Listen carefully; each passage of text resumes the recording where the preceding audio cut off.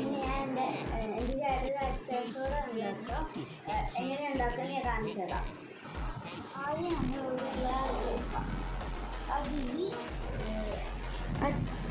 അച്ചാർ എടുക്കുക. നമുക്ക് ഇനിയും ഗ്രേവിയാണ് ഏറ്റവും കൂടുതൽ പീസുകൾ കുറച്ച് മാങ്ങ അച്ചാറാണ് വേണ്ട.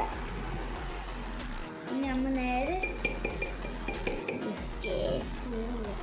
അത് കഴിഞ്ഞിട്ട് നേരെ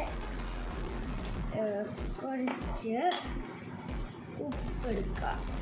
ഉപ്പെടുത്തിട്ട് ഇതിങ്ങനെ എന്നിട്ട് നമ്മൾ സോഡ എടുക്കുക.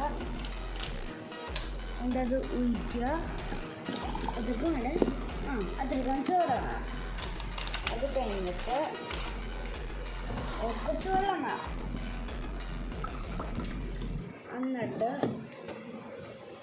ഒരു സ്പൂണും കൊണ്ട് ഇളക്കണം.